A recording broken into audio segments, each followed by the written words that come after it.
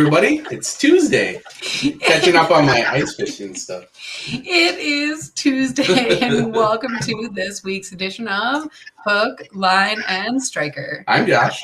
And I'm Emily, and thank you for being here with us tonight. It has really been quite the week. We always like to bring you a quick fishing report, while you guys are tuning in. And we got out on Saturday, and that was actually kind of a surprising thing because they were predicting, storms for the entire weekend for our location. Friday, we did get storms, so we were in then. And Saturday morning, we actually planned our location based on where we thought we would dodge the storms.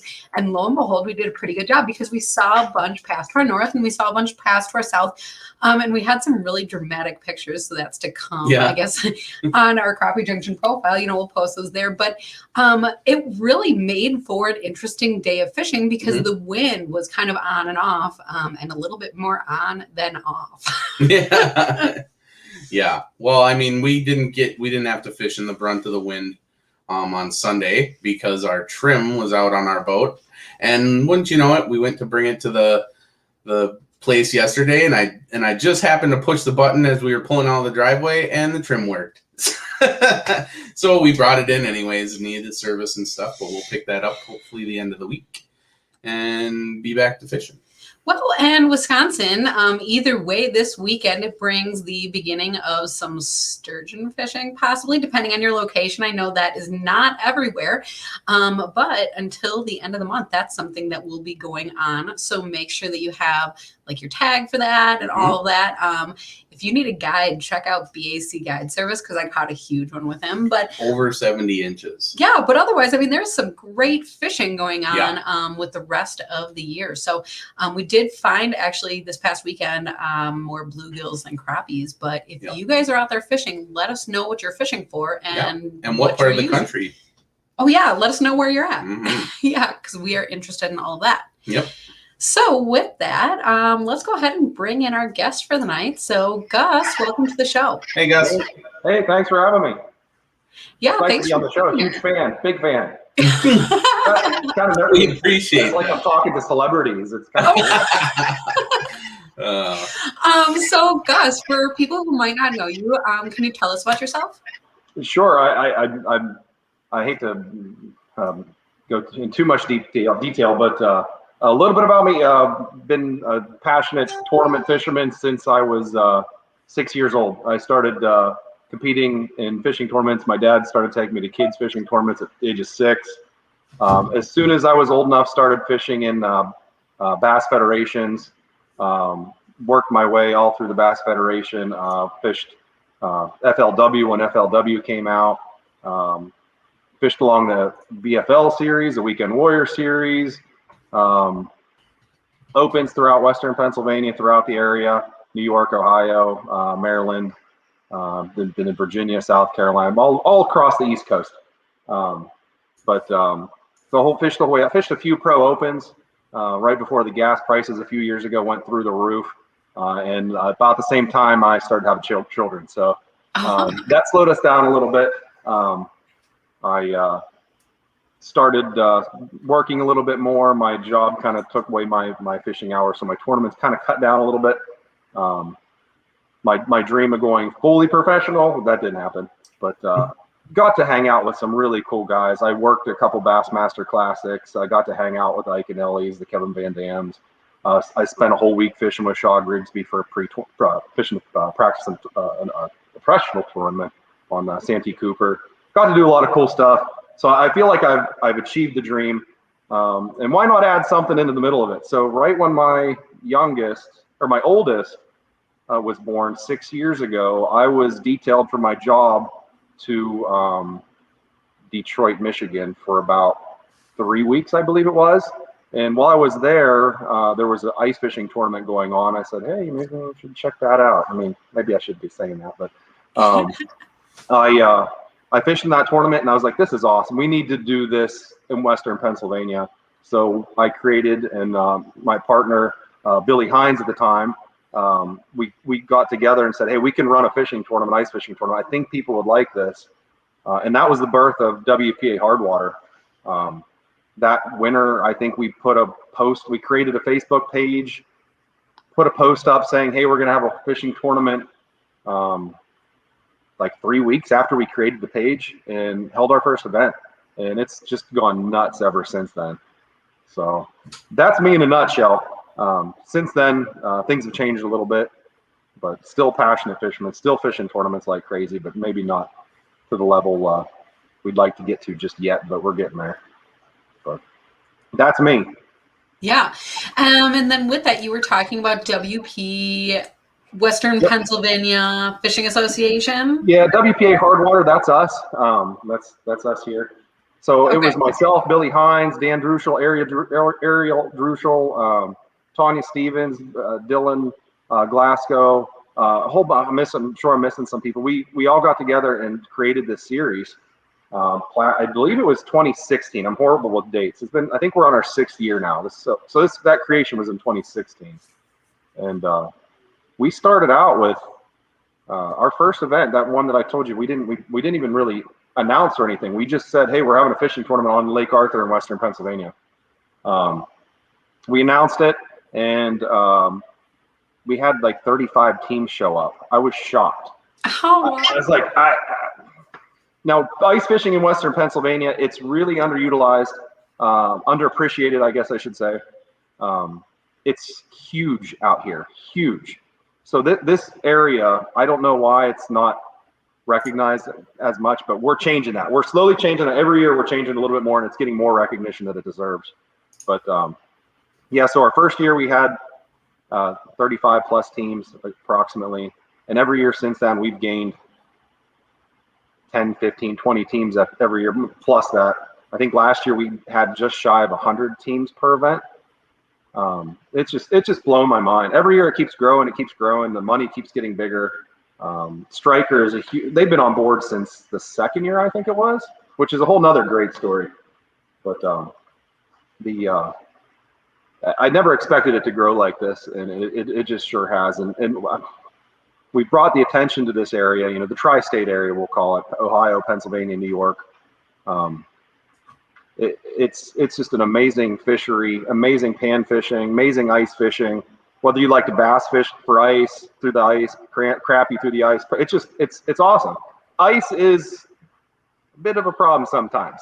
But, okay, I was going to ask about that. What is your ice season like? Yeah. So what is your ice season like over there?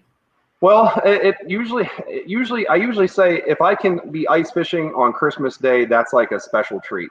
So it's not much different than anywhere else, starting wise. Usually we start right about the same time, maybe a little later than everybody, but that changes year to year. There's times where we'll be into February before we get ice, which isn't usually too often, but last year was a really tough year. It was a really late ice season. But it fluctuates. And we knew that when we created the series, and we knew that we were going to have to juggle events and work with our sponsors, work with the state parks, work with our organizers, all work together as a team. My entire staff, we put in a crazy amount of hours preparing for these events, just to maybe even not hold it, or reschedule it, or move it, or change lakes, which is a really common and frustrating occurrence. But our contestants, they know that's how it works out here. They know Lake Arthur right down the road. It's kind of right in Midwestern Pennsylvania, and it's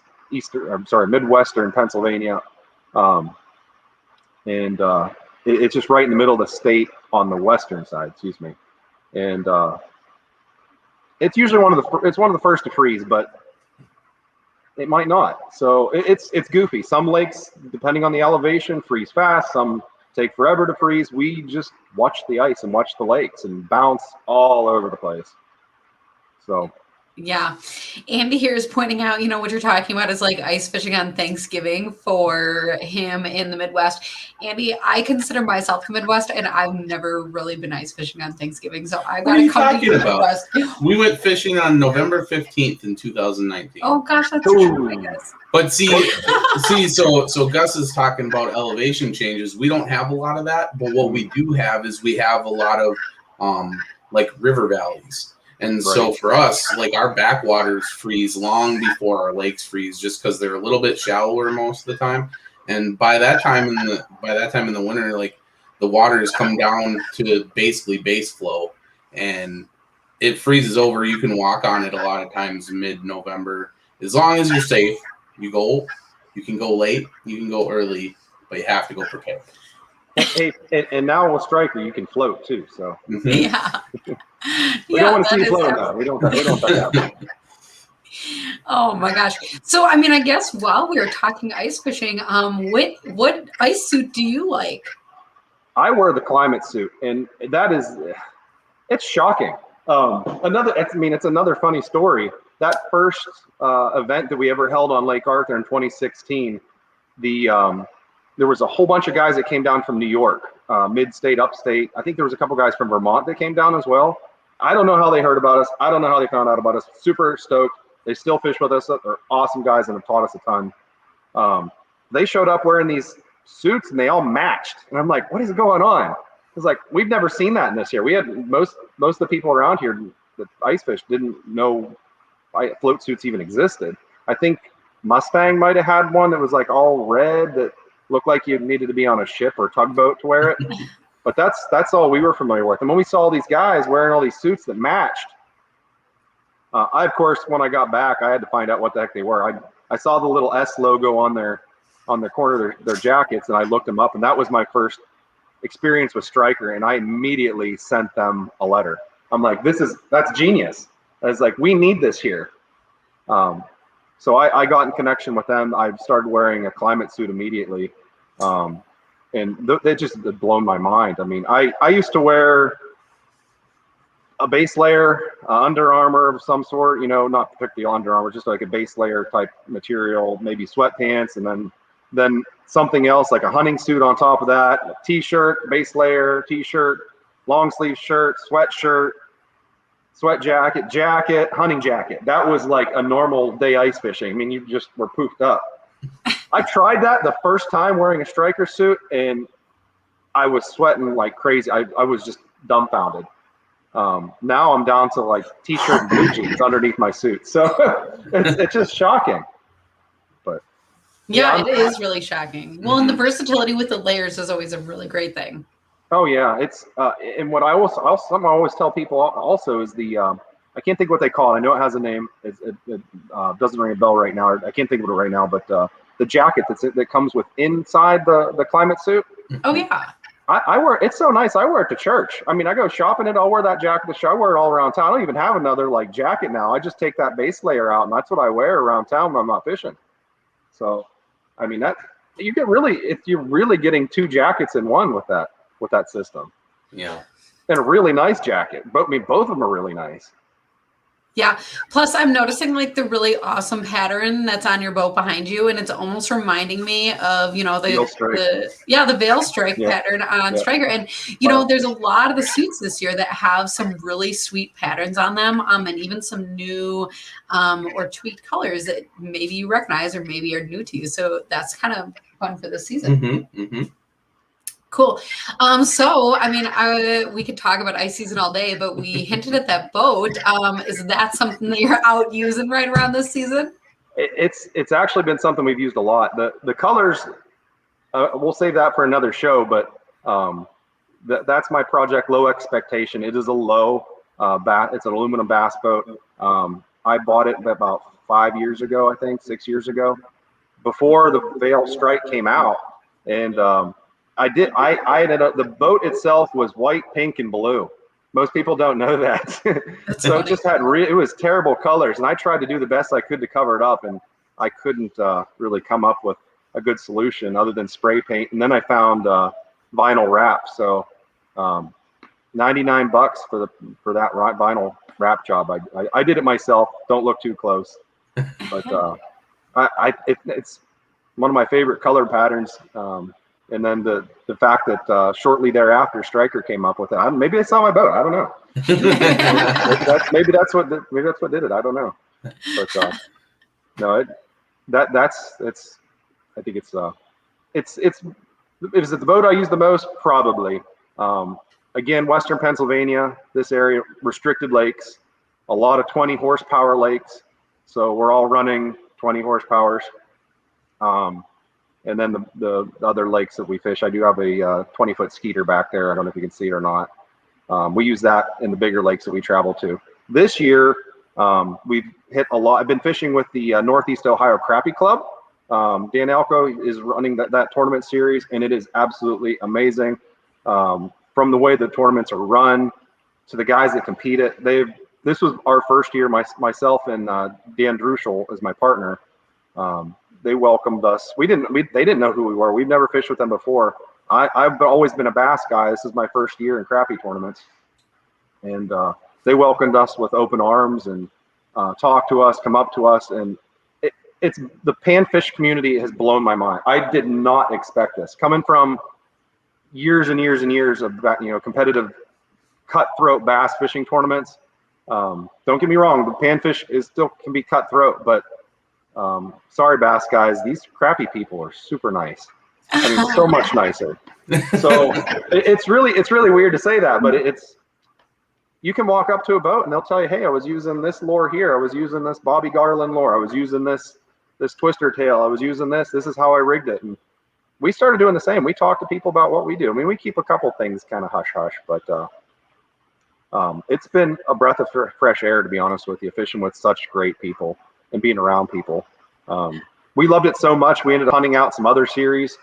We fished another tournament series out of Lake Wilhelm, also ran by great people and great fishermen and great contestants. It's been a blast fishing with all of them. Now we're just looking for more. Dan and I are actually talking about in the fall going and trying to fish some of the national events. We've had an amazing season. I've always panfished. I've always crappie fished. That's been my relaxation sport. So when I got burnt out bass fishing at the end of the seasons, like towards September, October, I always put all my stuff away and started crappie fishing ever since I was a kid. That was always my passion, but I just didn't have much time for it. This year, I put away the flip and stick and drop shot rod and really went to town with the crappie tournament. So I'll still fish a few bass tournaments, don't get me wrong, but so don't let that drop shot rod go too far, though, because sometimes that's like totally the key. But I'm going to backtrack even before that, because I love hearing about somebody coming from the bass fishing world kind of into the pan fishing world. And I know one of the reasons I bring this up is because if you saw Josh's face light up for a quick second is because he has this theory, I'm totally on board, but like, he takes a bunch of these bass baits and is making them miniaturized styles. And, I know what crappies are eating.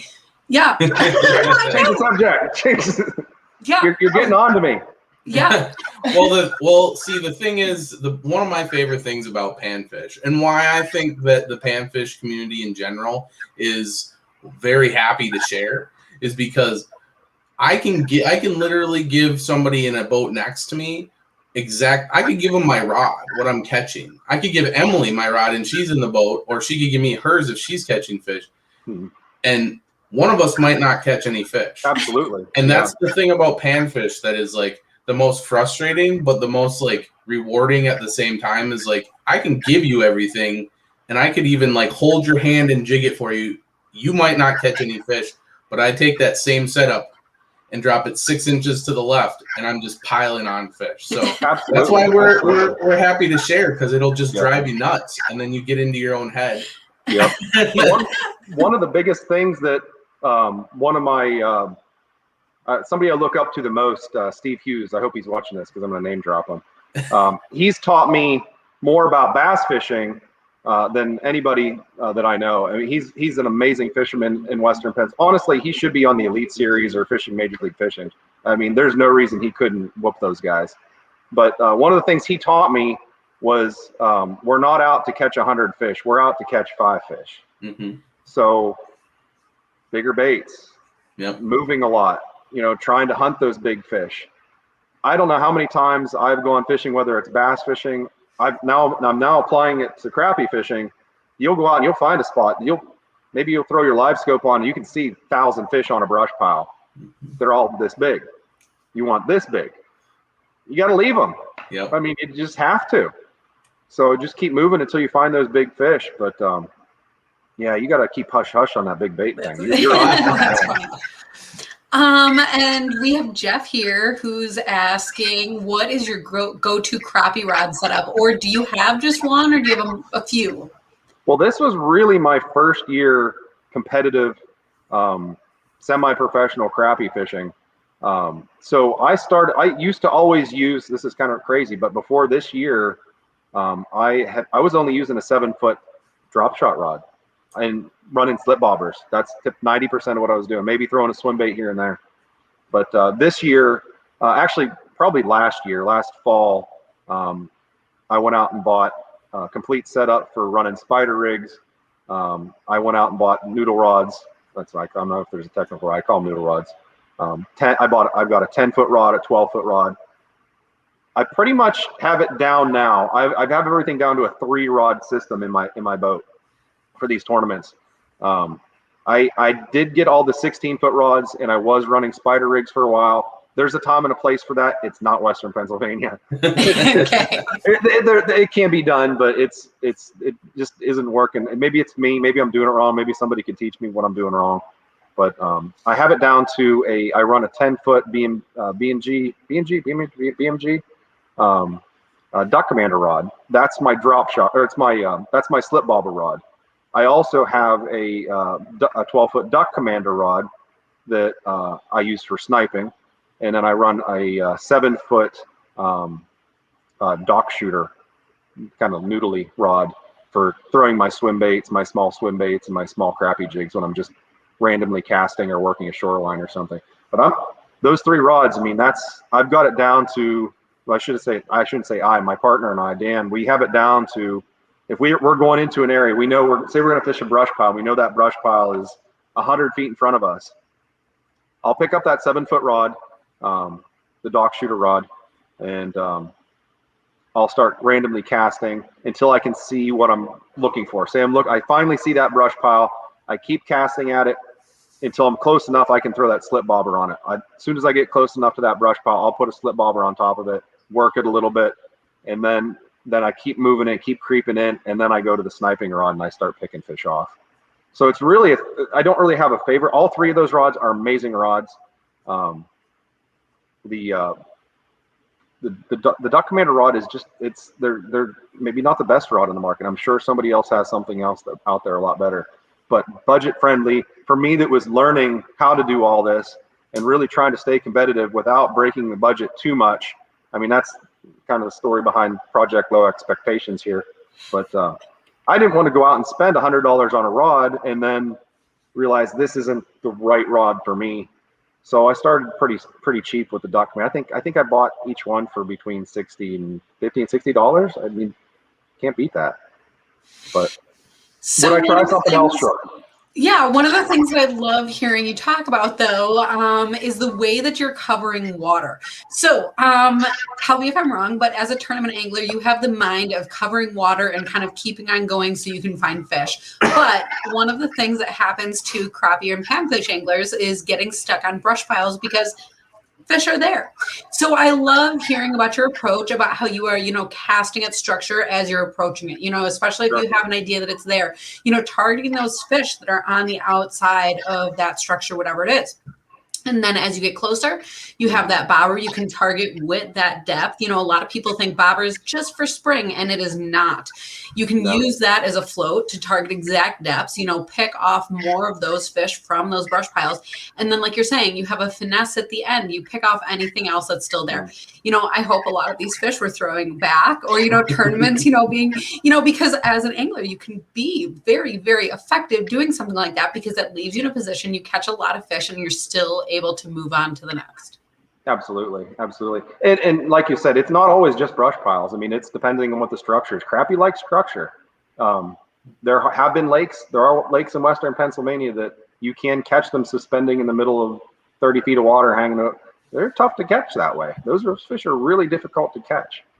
So it's not easy, but yeah, you're right. We're not all about brush piles. We do fish a little bit of everything. Whatever the lake says. I know the one we just fished, I couldn't find a brush pile to save my life, but I found a lot of tree stumps. So I focused in on tree stumps. Well, and I like what you were saying about just going and finding some rods that would fit the bill until you figured out what you like. You know, something Emily and I like to tell everybody, you know, just because we use it or you know, professional uses it, you use it, doesn't mean it's going to work for everybody, you know. And so B&M, that's what it is. B&M. I was saying it wrong. B&M. Oh yeah. So B&M. So like, it doesn't have to be the most expensive thing if it works for you, you know, especially when it comes to a rod, because rods come there. There's so many different variations and blanks and tapers and this and that. People don't realize it, but like, if you go from a medium to a medium of a different company, it might throw your whole game off. Oh, absolutely. Especially when you start fishing a lot. And so it's cool that you just, you know, use what works well for you and don't worry about it. And I'm not sponsored by a rod company. I'm not pushing. I'm all for people trying what they try or want to try. I just like rods that really are budget friendly. I break a lot of rods. I think I broke 7 so far this year. I broke both my kids' rods in one trip. I broke them. You broke it. I was not liked that day. Not well liked by my children. I don't know. I had let's see. This I had the dock tie offs, like the cleats right on top of this boat. I lost track of how many rods I broke on that cleat, so I took it off. I left the one on the back. This is no joke. I took the one on the front off, and that day I was getting in the back of the boat, smashed my knee on the back cleat, like totally destroyed my leg. I'm like, So now I gotta have at least one, but you gotta have one. Yeah, you really do. But yeah, breaking rods is. I do have my bass rods. I run a lot of ducket rods just because I like the sensitivity. Again, not sponsored. I don't get a discount on. I don't get them for free. I don't get anything. I mean, no discount. They're like $150 rods. So popping one of those it makes you want to cry. And then trying to track one down on top of it is pretty frustrating. So, yeah, that's for sure. I really probably ought to get away from the $150 rod. I'm struggling. I haven't tried that yet. We have Rich here asking if you have any lakes around you that are particularly difficult, or if you have any that are, you know, pretty rewarding. Both. I mean, there's a mix. There's one of the lakes that we ice fish. It's called Kale Lake. It's very small, but it's nice for the ice fishing series. I think our first year we fished there, the second year we fished, maybe again in the third or fourth year we fished there. You can walk the whole lake. And in Western Pennsylvania, that's something that the Western guys out Midwest probably don't realize. In Pennsylvania, we aren't allowed to use machines. We have to pull everything with us. So we have to walk. So trying to find a lake that you can fish the whole lake is really kind of great. Not necessarily what we want though, but Kale Lake, it's a very small lake. It can be extremely hard to catch fish, but the perch in that are 2+ pounds. You don't catch a little bitty perch. You don't catch like medium size. You catch these like 16-inch jumbo giant perch. That's what's in there. Wow. And it's shocking. I mean, guys have come in with, you know, bags full of those jumbo perch, but it's a love-hate relationship, that lake. It's so frustrating because I've gone out there and spent an entire day and caught like 3 fish. I know there's some fellows that know that like the back of their hand. I've scanned the entire lake. I still can't figure it out. I don't know what they're doing to catch those giant perch. I try. I stumble across them sometimes, but that lake is probably a love-hate relationship. It's a struggle. It's deep. There's no structure. It's mostly weeds, and the fish in the winter aren't in the weeds. So ice fishing, it's extremely difficult. Summertime fishing, not so much. But in my backyard, I have Lake Arthur. It's about 15 minutes from my house, and it's an underutilized, underappreciated lake for crappie fishing. It is unbelievable crappie fishery. Everybody looks right past it and goes to a lake just north of here called Ponmatuning. It's a huge lake. Again, another horsepower restricted lake. It's huge. Takes almost an hour to run from one end to the other with a 20 horsepower motor. It's so frustrating. Everybody Lake Arthur just doesn't get paid attention. Doesn't get the appreciation and the attention it deserves. But I think I pulled 8 crappie out of it this year so far, over 2 pounds, which in my book, Pennsylvania 2 pound plus is a great fish. We see occasionally, rarely, we'll see a 3-pounder come out of there. 1 or 2 a season we'll see come out of there. I know my partner Billy caught 2. He caught a black crappie and a white crappie back to back that were both 3 pounds. It was shocking through the ice. I mean, it was unbelievable. And that story on its own is just, I could talk for an hour. He could talk for hours about that story. It's crazy. But very rare to see a 3-pounder up here. And then last winter, Lake Wilhelm in Western Pennsylvania put out a 4-pounder, which just blew everybody's mind. Those don't exist here, and he's sure. I don't know the guy's name, but it was ironically right before one of our ice fishing tournaments on that lake. So we were pretty tickled. I think everybody was excited to get on that lake to catch a 4-pounder. Didn't happen. I don't even know if we broke 2 pounds. We had 100 teams show up for that event. It's 2 person. That's 200 guys fishing a lake. I think we might have broke 2 pounds or got close to it for our lunker that day, but nothing over that. So. Well, and that's actually really interesting because a lot of times when you think of tournaments, at least in Wisconsin, that's where I've had a lot of my experience, ice fishing tournaments. And there's people with all different kinds of sleds and mobiles, sure. ATVs, this, that, everything. And it's like, with that much commotion on the lake, a lot of times fish just kind of like hunker down and hide. But, it's interesting because you were describing the situation where people are having to, be on foot. And although that still does, shake up the fish down there, I think it does considerably less than what otherwise is happening. Mm-hmm. So that's interesting. It's a love-hate relationship. I mean, I would love to have a snowmobile. I actually think you're going to start seeing people with e-bikes. I think e-bikes are going to start hitting our lakes. Pennsylvania has been really strict on no quads, no snowmobiles, no, and if it has an engine, you're not allowed. I keep seeing e-bikes out there. So, and they're not saying a word to them. So you might see a Glasgow on an e-bike here going across the ice here soon. I don't know how that's going to work, but I'll try it. There's a new company out of British Columbia, I think, called Taiga. Electric snowmobiles, 83 miles on a charge. Unbelievable. That was just a matter of time. Oh, it's gonna be sweet. I can't wait to see them rip around the ice this year. I know I bought my this is kind of funny, change the subject, but I bought my 2-year-old an e-bike. Oh. He has 2 older brothers, so he does whatever they do. And I put him on a pedal bike. He took off on it. So I was like, yeah, let's see what we get. Let's get. He always had a balance. He's been on a balance bike since he could walk. Okay. So I bought him an e-bike, and he took off on the e-bike. It's a little tiny balance bike with 12-inch wheels, and it's shocking. I had to buy him a helmet because he just zips. 2.5 years old. That's awesome. So you need like a hitch system so he can drag the sled for you. That would be perfect. Yeah. We've heard guys. I know guys that have like tried to get away with rototillers and lawnmowers, and state still won't do it. But they don't seem to be pestering the guys with an electric. So I don't know how.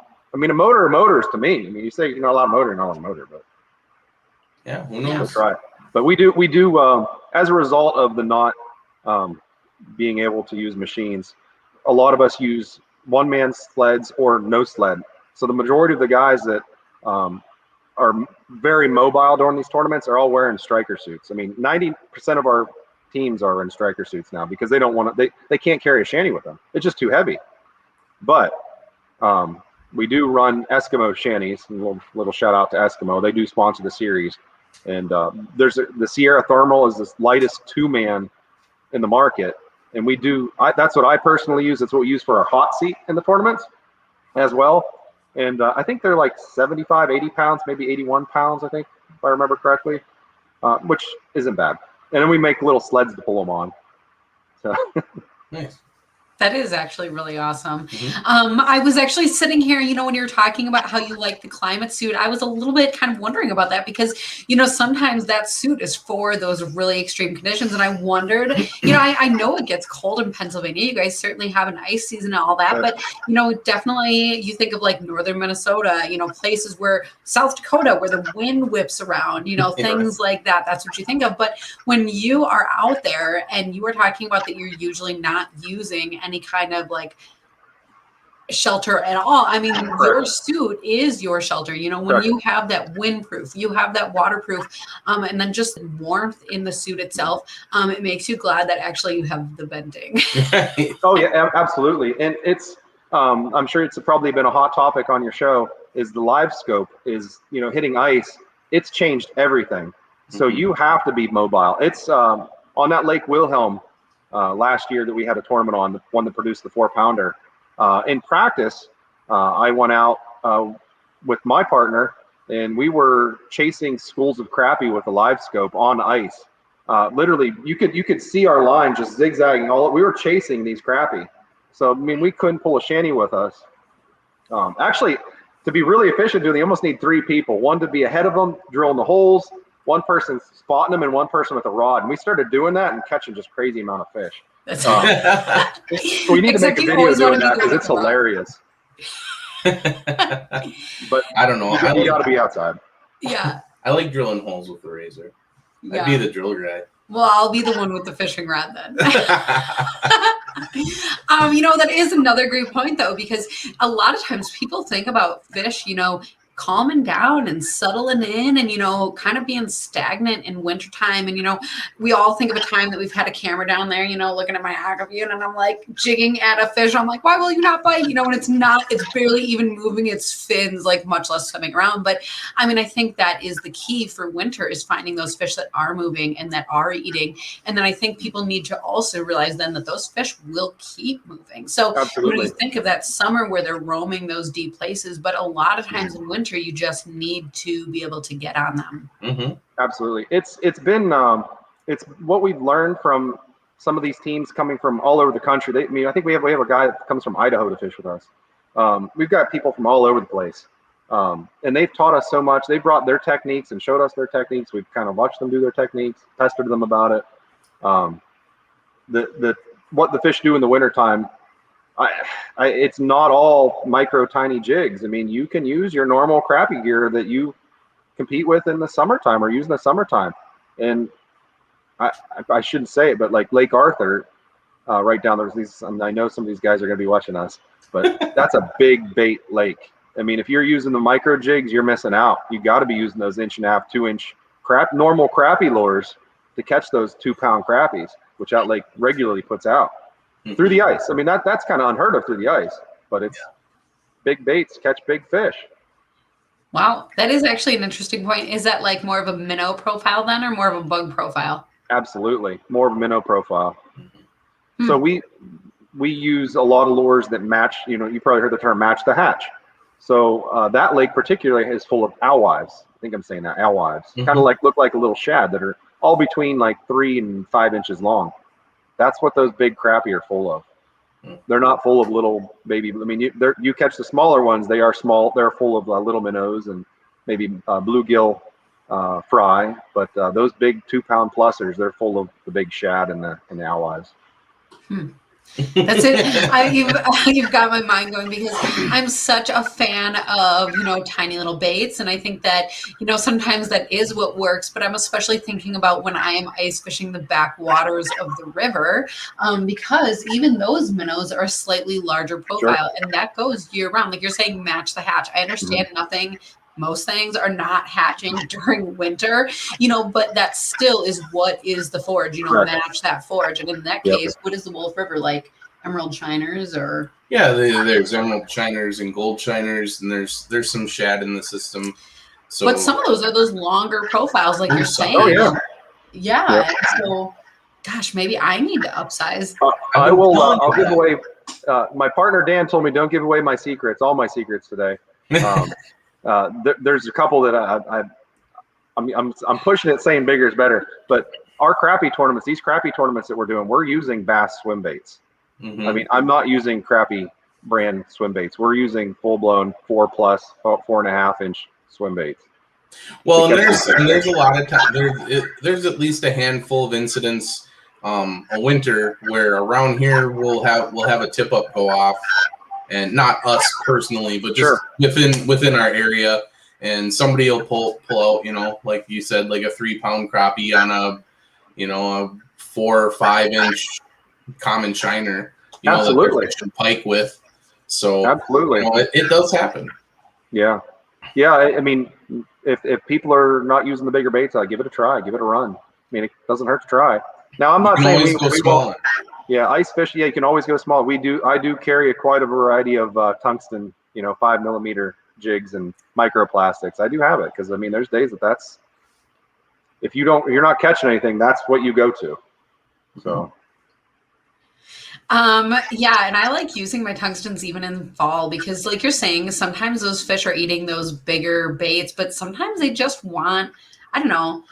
I think Widowmaker has like cannonballs and they have a really long shank. And so I like that you can choose a really small bait on it or a really big bait on it. And then it still has, that little head and that it drops like a tungsten, but it's kind of smaller profile. Yeah, very familiar. Widowmaker makes some really nice stuff. And my summertime tournament partner, Dan Druschel, who's also, I say my partner in the ice series, but he's really a staffer in the ice series with me. He's bent over backwards for us. He is on the Widowmaker Pro staff along with his wife Ariel Druschel. They're great company. They've been phenomenal to them. They've even thrown in a few things for our ice series, but good company. Yeah, and those your buddies over there, those two put some fish up on top of the water that are pretty nice. Oh yeah. Oh yeah. That's awesome. So then what else do you have coming up here for, I guess, the end of summer or fall? Well, we still have, I think we've done 7 crappie tournaments so far this year. And I think I've done 3 bass tournaments. Definitely doing well with the crappie. We're going to keep that going. We've cashed a check every single event we fish. So we're just going to keep riding it. We've got 3 more events with the Northeast Ohio Crappie Club.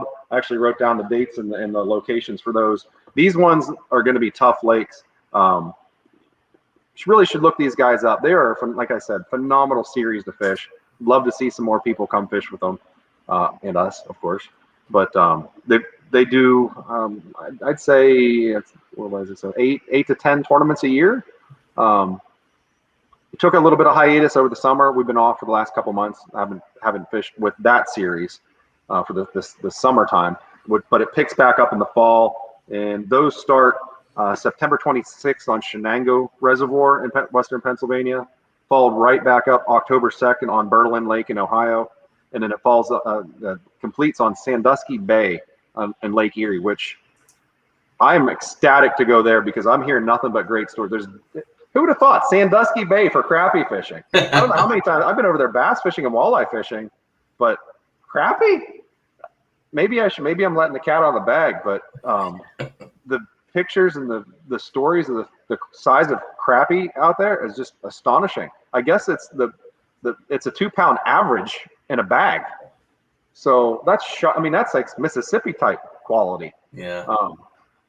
So I'm pretty stoked to get out there. I've got those events. Got one more event for the Lake Wilhelm Tournament Series coming up. Probably not going to do any more bass tournaments this year. Probably just going to focus on that. I was hoping to get to a national event this fall, but just with scheduling and kids and work and personal obligations, I just can't. Maybe I guess we'll shoot for next year to try something a little bit bigger. But that's what we got planned for the fall. Wintertime. If it's okay to go over it for Absolutely. I know we've got guys on the Hardwater page just paying attention here, chomping at the bit, wanting to know what our schedule's like because they don't know it yet. I haven't said the ice fishing schedule for 2020. And my screen's getting blurry here. Maybe no. So all right, so it's a tentative schedule. Of course, things could change with. I don't want to say the C word. It could shut us down again, could change boundaries. Last year, we were shooting to go into New York, and we couldn't. So this year, we're just going to stick around home. It's going to be a similar schedule that we've done in the past. I feel like we're doing like a Western PA Beltway event series, but we're really trying to expand it to other states. But this year, we're just going to stick around home again. First event, January 22nd on Lake Arthur in Prospect, Pennsylvania. That is historically the first lake in this area frozen with good ice. Plus, we can check it the most before the ice comes on. The next event with the 4-pounder weighed in last year at Lake Wilhelm, we got to go back. We got to go see another. We got to see a 4-pounder in a tournament. I'd love to see one in a tournament. Yeah. So we're going back to Lake Wilhelm on February 5th, followed up by Pymatuning Lake on February 19th, and then Presque Isle Bay on March 5th. So all those locations are tentative. Obviously, things could change. We would change it if we need to. Our backup lake this year, and I don't think we're going to have another backup lake. I just burnt myself out last year trying to find ice anywhere, somewhere, when lakes couldn't quite make it, is probably going to be Kale Lake. I know just talked about how hard it was to fish, but those giant perch are just something to be addicted to. So we'll probably use Kale as our backup. Plus, that's a really easy lake to get a permit for. So that's our plan for 2022. Again, that could change. We hope we hope we get ice. We're okay if we don't get ice. I mean, we created the series because we didn't want to sit around and do nothing all winter. I mean, we are passionate tournament anglers, so we're going to try to make it work. We put something a lot of people don't know is before these events, we put on our striker suits and we drill thousands upon thousands of holes across these lakes. Again, no machines, no bikes, no quads, no snowmobiles. We walk these lakes, walk the areas, and make sure it's thick enough. So it's a lot of work that goes into each event. We don't just assume ice is safe and go out. We check everything. I would never send somebody on a body of water or ice that I have not stepped foot on, at least in a general area. So it's a lot of work. But this year we're going to stick with that schedule. Kale's going to be our backup. I don't think we're going to be moving any dates. I don't think we're going to be moving any other lakes other than to Kale in case one of those aren't thick enough. But that's our plan for 2022. Hopefully everybody likes it, and we'll get back to New York. We'll get there someday. I promise you guys that are up north. I promise you we'll get there. We're trying. We're really hoping to expand the series. But with everything that's going on, it's just not the best idea to do it right now. Yeah. So keep supporting us. Keep coming to the events. The best thing you can do is keep posting pictures of the event. Share on Instagram, wherever you can share, just to get the word out that we're a legit series. This is WPA Hardwater. I mean, we're here. We want to get known, and thank you guys for letting us talk about it. Yeah. Yeah. And then we have quite a few people interested in, how do they follow you? Do you have a Facebook page? Do you have a website? Sure. We do have a website. I need to make sure it's updated. I don't think because this is the first release of these dates that we've had. So if you go onto our website, wpahardwater.com, you'll get information. You'll get information about the rules, registration, how to get in. The dates on there probably still reflect last year's. We'll get those changed here the next couple of days to reflect the new dates. But you can find all the information on our rules. Have very strict rules. Actually, a lot of the rules are created from bass tournaments and bass series and other ice series that are across the country. But all that can be found on our website, WPA Hardwater. But you can also follow us on Facebook just by keyword searching WPA Hardwater. I believe the tag is Western PA Fishing, but if you search WPA Hardwater, put that in your search bar, it'll come up. Mm-hmm. And then for people who are looking to, follow you along your whole tournament and just all of it, I mean, how do they do that as well? You can follow me just through my Facebook page, just searching Gus Glasgow. It's a little hard to find, it's a little tricky to find, but if you search my name, spelled just like the city in Scotland, you can find me. That's the easiest way to find me and follow my endeavors. We try to talk about, it's frustrating because I spent so much time fishing with my kids this year, practicing for these events. I mean, countless hours on these lakes. I do a lot of mapping before I fish a tournament. I'll spend 90% more time mapping than fishing before an event. But my kids and I have caught so many big fish. I'm afraid to post the pictures of the big fish because then people see, they know he's on that spot or he's there. But I do share a lot of their tournament results, information. I'm going to start. This is the first time this has actually been talked about too. I recently opened up business, G&G Marine Electronics. It's been a passion of mine. I love dabbling with fish finders, trolling motors, power poles, bilge pumps, everything. Sometimes I think I like working on boats more than I do fishing at them. That's crazy, but it's true. I'm an oddity. But G&G Marine is now a thing, and watch for a release date to that coming out. But I do have a Facebook page created for that. It is not live yet. Once it goes live, I will be posting to the WPA Hardwater page and to my page personally on a weekly basis. I've also got a huge interest in doing a how-to section and how-to videos. So we're going to do a weekly how-to from setting up your live scope to different tunes on lake, how to change these electronics. Every lake we go to, the settings change, every single one. You can't just put your fish finder in your boat and just be done with it the rest of your life. That's not how it works. Unfortunately, the technology is so far, it gets confusing for me sometimes. I have to call like a 16-year-old and get them to explain it to me. No, but no, that's something I've been working on for quite a while is G&G Marine Electronics, and I don't know, maybe it'll get me out of my day job. I don't know. Hopefully. Nice. That is so awesome. And a lot of really great stuff to follow and a lot of really great stuff coming up. So I know that people are really looking forward to that.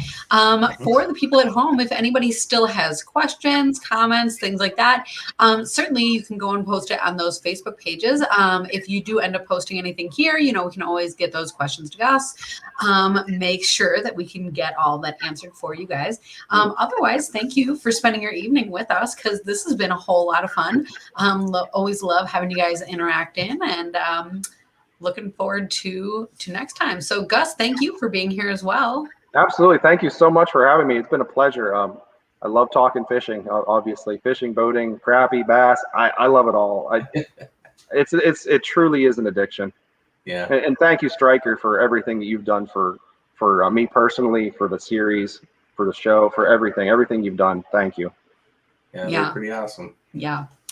And so to everybody at home, we're looking forward to seeing you next week on that episode of Hook, Line, and Striker. Night, everybody.